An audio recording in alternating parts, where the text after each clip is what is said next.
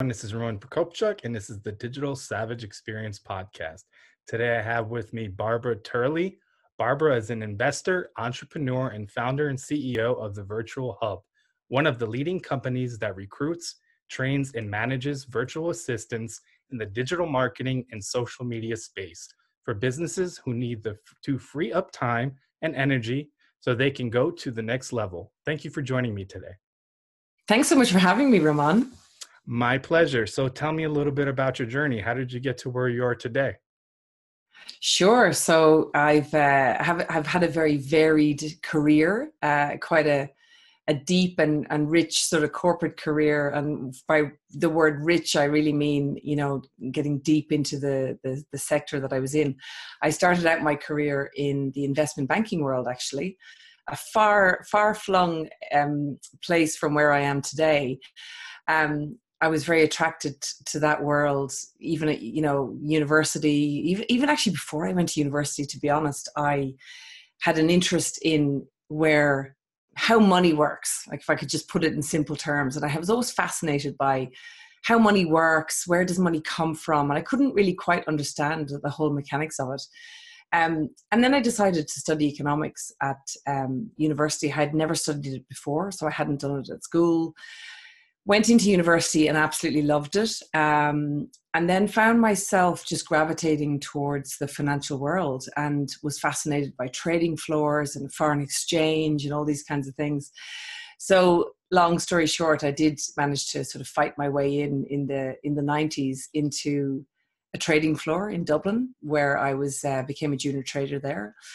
And I was totally hooked. I mean, even being female at the time, it's not as difficult these days, but back then that was I was more or less told that would never happen, So it was a fantastic experience.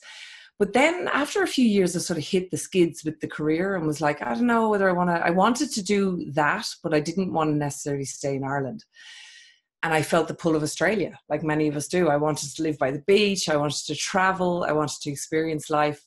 So I actually took a year off and I went, like lots of backpackers, backpacking around Asia and Australia, fell in love with, the whole lifestyle there. Did go back to Dublin for a little while, but just found myself, it was really hard to settle. And despite having a great career there and like a really good career path, I just found myself going, you know what? I just want to go. I want to go and live in Sydney. So I literally packed my bags, jacked my job, went off to Sydney and decided I'll just try my luck down there. And used as many contacts as I possibly could, and managed to get myself into the investment banking arena in Sydney, which was great. And I enjoyed I was in Sydney, I've just left actually, I was there for 17 years. So I had a very long career in the banking industry and in the trading floors in Sydney. And the last sort of, just cutting it short a little bit in the interest of time, because you could go on forever. But the next kind of rumble I think I had, like we all have these rumbles in our careers, was probably when I was reaching 30. And I was like, I just couldn't see a future for myself in that kind of arena. I wanted to have children, like we were talking about kids off air. I couldn't see myself being a corporate mom in that way. So I decided to go off for another year traveling, had met my current husband at the time, and went off, did a year, and lo and behold, 2008 happened, which was the last sort of meltdown that we had in financial markets. And I found myself just struggling to know what the hell to do, couldn't figure out where to go. I had no job. I had sort of spent all my money. I was sort of broken in so many ways. And I got the opportunity in 2009 to sort of hop on the coattails, really, of a couple of guys that were taking a business out of one of the investment banks at the time in Sydney, and they were trying to buy it out, and it was kind of like a fire sale that was going on. And I got the opportunity. They were just like, are you interested? And I remember just raising my hand and going, 100% I am. Yeah. But I didn't really figure out how. I just was like, say yes and figure out how later. And I think that was probably the beginnings of that whole entrepreneurial feeling where I'd worked on a trading floor for 10 years. So I was used to kind of saying yes and figuring out how later. But that business then, so we did that. I got involved as a shareholder and as an employee of that business. And I learned I worked in the business for the next 5 years. And then I eventually left to do my own thing and start my own company. I'm still a shareholder in that business. But I really learned how a great company gets built. Like I just learned so many amazing things from that. And it has sort of fed my desire to build my own company. So leaving that, I made the decision in my mid-30s that it was time for me to do my own thing. Sort of dabbled with a few things, did a couple of online product launches of a few various things, and accidentally found myself in the virtual assistant outsourcing business in the Philippines. I had never been to the Philippines, but essentially I had found myself working as a kind of a consultant business coach with some smaller businesses. And what I noticed was they were all suffering from the same problem. They couldn't get to work on strategy and the stuff I wanted to work with them on because they were so bogged down in the day-to-day doing of the business, particularly anything around digital, which I know is your sort of area. You would know the extended task lists and stuff that go along with anything digital. And I found myself, I had read the 4-Hour Work Week like everybody else, and had a VA in the Philippines myself, and I just found myself saying, well, I'll get you a VA, and I just tapped my VA for her friends, and then we can sort of work on strategy. And before I knew it, I found myself getting more demand for that than I was for business coaching. And one day I sort of thought, I wonder, is there a business in this? And it literally just kind of happened very organically. I had no business plan, no website, no brand, nothing. And I just put an offer out to a small list that I had at the time. And it just went boom, to be honest. I mean, it's 5 years old now, and we've got nearly 150 staff in the Philippines. And it definitely has given me grey hair building it. It wasn't quite as easy as all of that, but that was the genesis of it. And that's kind of the very quick version of my career anyway to date. Yeah, I think a lot of people have those kind of pivots and realizations as they get older, as priorities change and what's important to them. And also, like, it shows that you should really take opportunities when they come because they may not come moving forward. Obviously, if you didn't say yes to being a shareholder in that company, somebody else would have came along and took that place, and you would be in, maybe a different situation in terms of the variables you're dealt. But I think it's really important now with the digital climate in terms of scaling and maintaining what you're doing, because everybody's digital. I mean, remote, in terms of a digital perspective for digital marketing. So everybody's remote teams around the world. Obviously, restrictions with the pandemic are stricter in some countries over the other. But I think it's important, one, scaling your business if outsourcing obviously is potential and having virtual assistants, and what you can actually deviate to them. You know what I mean?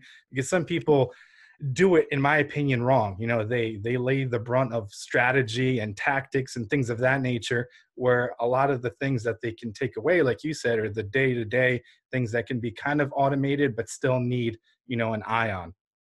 Absolutely. I mean, I see people, if I could tell you the number one problem I see, and I was seeing it with clients, it was one of the challenges when I first started the business, that I originally thought, oh, people just need me to help with recruiting a VA. And that was kind of the first problem that I solved. I couldn't understand why people would come to me to do it when you can just go and do it on Upwork yourself. But I sort of thought, okay, I'll do this. And then slowly from that, I realized, well, actually, gee, there's another problem that's much bigger than that. And it's like you solve for one problem in business, and then the next problem sort of raises its ugly head thereafter. And the problem that I saw was that people didn't know how to delegate. And that was a massive issue. People, as you say, thought that they would say to me, I want the VA to show more initiative. And when I dug into that, I was like, you need a strategist. Like, that's not a VA, right? That's, so it was very much trying to then solve for that next problem for me, was trying to help clients to understand process, systems, delegation of systems to people and training them how to run them properly. And once I kind of solved for that problem, I think that was really when it started to take off. And then, of course, next problem raises its ugly head, which was training of actual VAs. But, as you go through business, you start to unpack all the layers of problems that your client has. And then after that, if you keep concentrating on that, you can actually build quite a powerful business. Yeah, I agree. I think like uncovering those business problems and not having a process, you're not going to get much out of, a virtual assistant relationship, because you're going to have to give them something that they can, do over and over again most of the time. They're, like you said, they're not a strategist or a, tactical focused person. They're, giving something to execute, and they execute usually repetitively, over time. So finding those things and clogging up those holes in the business is awesome. And like you said, it oftentimes the first step is exposing those holes within a business.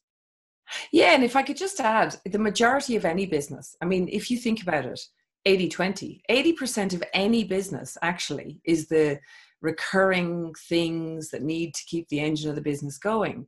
20% is probably the high volume, the high income stuff. It's sales and, client delivery. It depends what business you're in.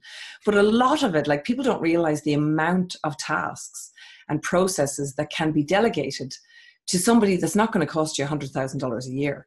So it's very cost effective if you think about it strategically and you actually get it right. Yeah, I agree. And I think the hardest point is to get it to that point to kind of let go. It's hard to delegate where a business is kind of your baby. When you're looking to start outsourcing or building kind of a digital team or a virtual team. And I think getting to that point, it adds that level of comfort. And then also having trust that that virtual assistant, virtual assistants will fulfill and deliver time and time again. Yeah. And if I could just add, I think on that, if I was to just unpack that a little bit more, I think I used to always say that as well. And I think one of the issues is people still mix up delegation with abdication. And people always say, I just want to be hands off. I just want them to do it. And, yes, you delegate a process, but you still have to have reporting lines back, and you have to have oversight. And those are the two things I personally learned the hard way, because I was delegating really well, but I was still finding, if I went back and checked work, I would find mistakes, I would find holes, I would get frustrated with the team. And at the end of the day, unless you have, like, you've built, included in your system is a system for reporting so that there's nowhere to hide kind of thing. Not that you're watching people, but you want everyone to be in this flow all the time. And then that you have oversight without checking everything. You can drop in and just kind of keep an eye on things. That really helps to nail that problem. Yeah, monitoring for kind of quality assurance per se, and then the skill set of that virtual assistant. If they're competent in that, if their skill level is above that, to kind of grade them and have some kind of vetting and review process in terms of the projects they've worked on, and the what should I say, the level in which they kind of delivered. Yeah, and I think that's I think the difference there with what you're saying is that's how you would treat an employee. But a lot of people see outsourcing or hiring offshore VAs as kind of like a few hour a week, somebody else not involved, like they're just kind of consulting into my business, and it's kind of a mindset thing. If you are having someone just a few hours a week, well, that's the commitment level you're going to get, and you may not get better than that. They could be great, but if you're really bringing someone in on a part-time or full-time basis, you want to treat them like an employee, even if they're not, even if they're just somebody contracting in. It's hard to get to that point, but you really have to be serious about that if you want to get success with it. Yeah, I think that point of treating them like the point of their company, I think that should be done, in my opinion, regardless, because they are an extension of your company. They're doing work related with your company, and treating them and kind of respecting them in that sense. Because I know people that outsource to the Philippines, to other countries, kind of, there's like a negative stigma oftentimes, and they don't necessarily treat the workers, stateside the same way that the virtual assistants get treated. And I think treating them on a similar caliber, you can really kind of find mutual respect in it. The business, it's a relationship as well. That relationship will go a lot smoother. Absolutely. We for the record, we don't take on those clients. We're like really strict about the clients we take on, because we want our VAs to really, like, the big thing that our VAs say is they love the clients they're working with. And I always say to them, that's not an accident. That's like deliberate, right? Because we take on the types of clients that we want to work with, and we know that our VAs are going to be happy working with. Yeah, and it's like a team dynamic. So, if you have a company, the people you hire, it's important that they're a good fit and a good mesh. You can have the smartest person, but doesn't mean they're going to add value to the team. They may actually take away and be toxic in terms of that kind of meshing of personalities and, who they are. Yeah, 100%. I've been there a million times. So what motivates you to succeed? Yeah, I was looking at that question actually before we came on, and it was interesting because I kind of had to dig deep with that. I'm still sort of digging deep with answering that. I think on the surface, I would say what motivates me to succeed is that I have a kind of a winning streak. Like, I like to play to win. And I used to always say I'm not competitive because I don't really like, it depends what I'm doing though. But it's very that I'm competitive with myself, if that makes sense. Like I'm not really interested in being in a race with other people. I don't really care what anybody else is doing. But I like to be at the coal face of whatever I'm doing. I like to be the best that I feel I can be. And I'm always kind of pushing myself to be a leader or to be at the top. Now, when I dug into that and I was thinking about your question, I sort of had to ask myself, well, what's underneath that? You know, like peeling back the layers. What's really underneath that? Well, you know, I mean, it must be some sort of, it could be some sort of feeling of not being good enough. I don't know. You know, I kind of had to unpack that one. And I think we all have a sense of that, actually, especially people who are high achievers. You're always striving to be at the top, the best. And whatever that is in your personality, I get great satisfaction from it. And I love excellence and I love perfecting something. And I get a great sense of achievement from doing that. So I think that's really at the root of it. You know, the idea as well, though, when I started the virtual hub, the idea in the business that I'm currently in, what sort of motivates me a lot is when I hear from the people around how you've changed their life or how much they hated the job they were in before, because that was a call center where they were just hammering calls and they just hated the toxic environment. And since they've come to the virtual hub, they love the client, they love the work they're doing, they love the team. So that is a lot of what motivates me to keep going as well. And especially right now, as we're recording this, we're right in the middle of this coronavirus situation that's going on. And in the Philippines, a lot of people are losing their jobs. And what's motivating me today is to go, gee, our business is in the digital marketing space. We're in a strong space. So I feel an incredible sense of responsibility right now that I have to step up and lead, and I have to win because I have to create the jobs that other people are losing. So we've got VAs where their families are losing jobs in other companies. And I just feel, well, if I have the ability to win right now, then I owe it to all of them to step up and fight for them and to actually go into battle and win for them. And that's bringing out my winning streak as well. So I hope that's kind of answering the question and unpacking parts of that deep question. Yeah, it does. I mean, like the first step, like you said, it should be a you versus you approach. I mean, you can be competitive to an extent where it's somewhat toxic, or you can be competitive Yeah. with yourself to be a better version of yourself the next day and the next day and keep growing. And I think it's kind of the double-edged sword to be a perfection. Everybody wants to be a perfectionist, especially people that are high achievers. But I think getting past that and putting something either in market or starting something before you actually have everything figured out, I think it's like one of the hardest things to overcome. And like you said, it is important with everything going on around the globe when you can impact people and obviously deliver and keep their livelihood going in terms of being kind of advocate for them and grow your business and in turn grow what they're getting and helping support their families as well. And I would add to that, like anyone listening to this right now, or even later on, who's, maybe after this crisis or whenever you're listening to this, at the moment, like the frontliners are the people who are the doctors, the nurses, people in the hospitals. I mean, wow, they're just doing an incredible job. They're putting their lives on the line for this whole situation. But if you think about this virus is going to pass. And what's going to happen after this? The economic impact and the fallout is going to rumble on for a long time. And who's going to be the frontliners next? Who's going to be asked to step up next to the plate? It's going to be the entrepreneurs, the small businesses, the actual, you're going to be asked to step up to the coalface and take the challenge to bring the economy and actually to lift the next infectious disease, which is the disease of economic collapse. So that's how I'm sort of feeling at the moment, and that's really driving me right now. I think that can help anyone who's feeling like bad about selling or like it's not the right time. I'm like, get out of that headspace, because you have a responsibility now to step up into this frontliner position when the doctors and the nurses are all stepping down from theirs. Yeah, and figure out kind of what it will look like after this, like you mentioned, and if you have to pivot or figure out how business will be different, because I don't think we're truly going to go back to 100% of what it was before.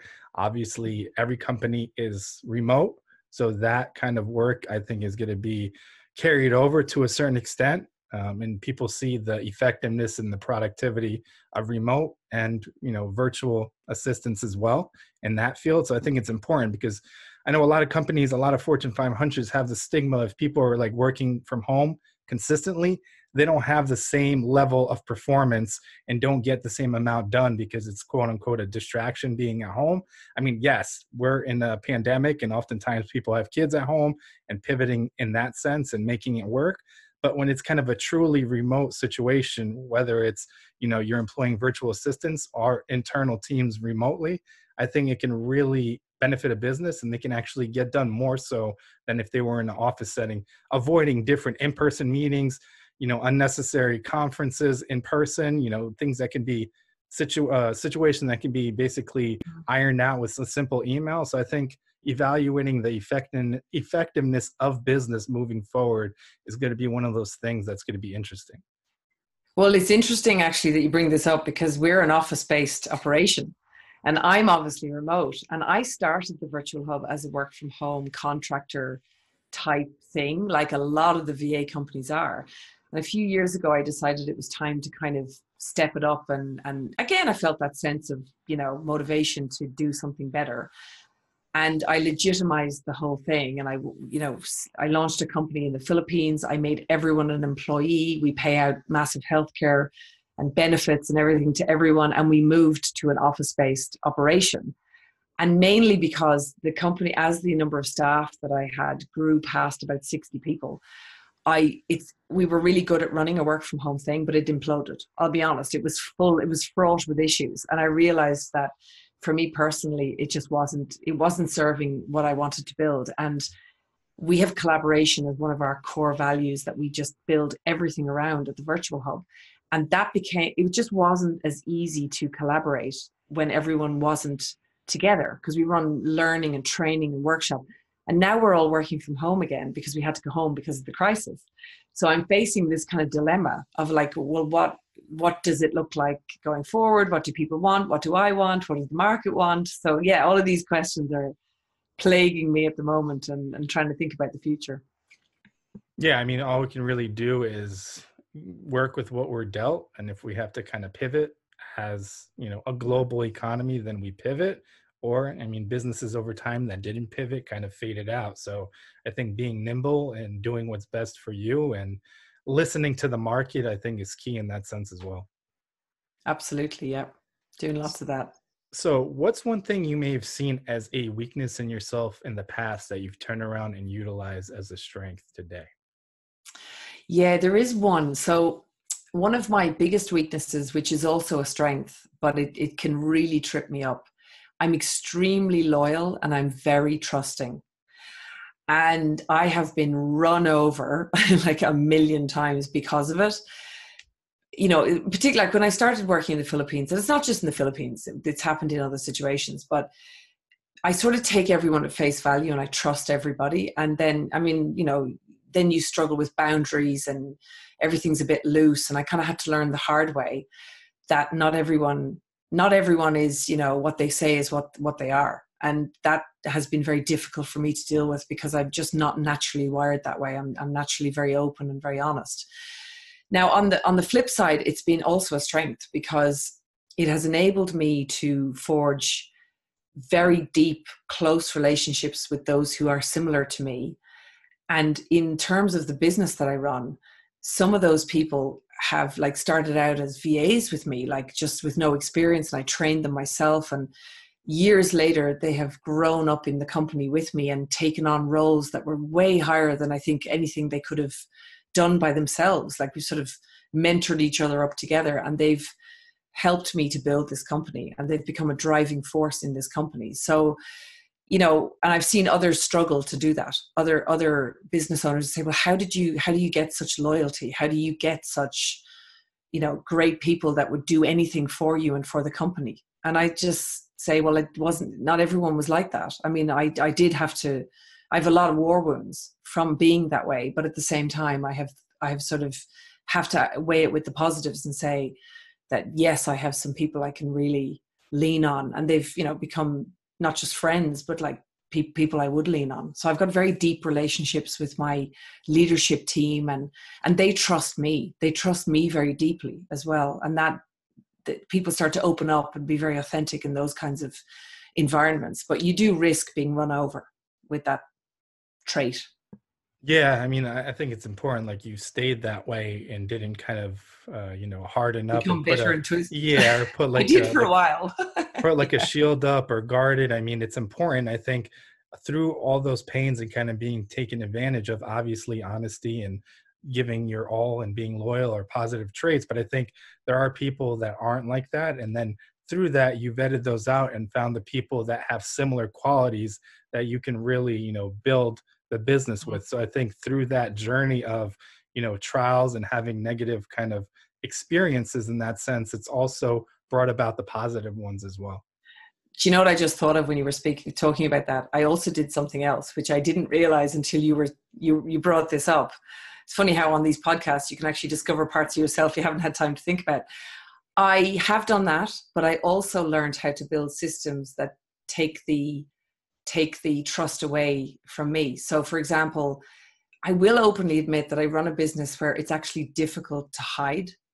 It's difficult because I'm brilliant at reporting lines and transparency, and I can see everything that's going on. It's not that I don't micromanage anyone, but the reporting lines are so strong that it would actually be difficult to hide anything. So I think I've probably done that because out of the wounds from the other situations has forced me to build those, rather than building bitterness walls around myself, I've built systems to deal with it so that I don't have to personally deal with it. And I don't have to change myself or my approach. So anyone listening, you can build systems to take that pain away without you changing yourself. Yeah, I mean, it's adjusting your process and creating kind of a fail safe to, take care of that aspect of it. Yeah, I So try. yeah, that's awesome. So what's one piece of advice you have for the audience, personal or professional? On a professional note, I think I would say, and I mean, this is me talking my own book, I sell VAs, but at the same time, um, if you can get an offshore team strategy right, and it's not easy to get it right. There's a lot of moving parts with it. It's not just picking a VA up and Upwork. It can be that, and you can hit a home run and you can be great at it. But having an offshore team strategy as part of any business, for me, is an absolute no-brainer, because the dividends it's going to pay when you build that team and you get that wheel moving really, really well are enormous, because it goes straight to your bottom line. It frees up your onshore people to do what, maybe, I'm not saying more high value work, because I don't like saying it that way, but they might be doing more sales. You as the business owner can be more the conductor instead of the person doing all the doing. You can serve more clients better. You can launch more products. You can even just talk to your clients more instead of just being bogged down all the time. So it is something that it's worth getting it right and focusing on it for any business.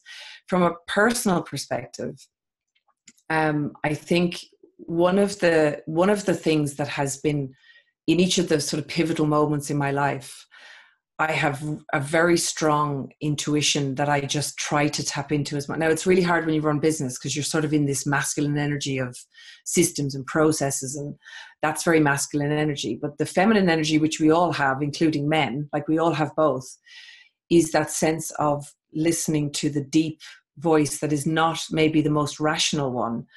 But if there's something really pulling you, you've got to ask yourself, is that fear, or am I going the wrong direction? And for me, at the most pivotal times, I have sort of dug into that and just tried to feel the fear and do it anyway, and that's worked for me really well.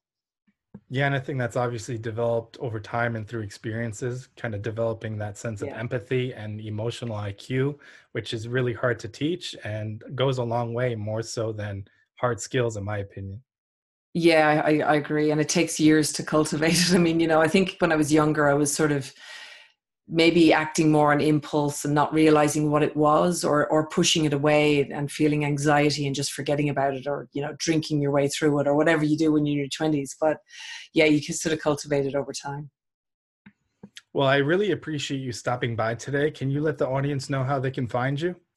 Sure. So we've got a special page for your listeners. It's thevirtualhub.com/DSE for Digital Savage Experience. And on there, we've got a couple of freebies for you guys. We've got a mini guide. You don't even need to sign up for it. You can just download it. The 5 reasons people fail with VAs and how to fix it. So that's a really good guide to help you not to do the things that you shouldn't do and get success with it.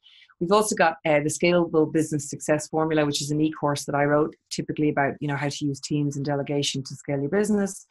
And then on there, you can also book a call with one of our consultants to decide whether the virtual hub might be a fit for you, whether you're fit for us. And if you're not, we help you to figure out where to go next, what you need to do. And if you are, we're ready and waiting to help you out. Awesome. Thanks again for stopping by. Thanks so much.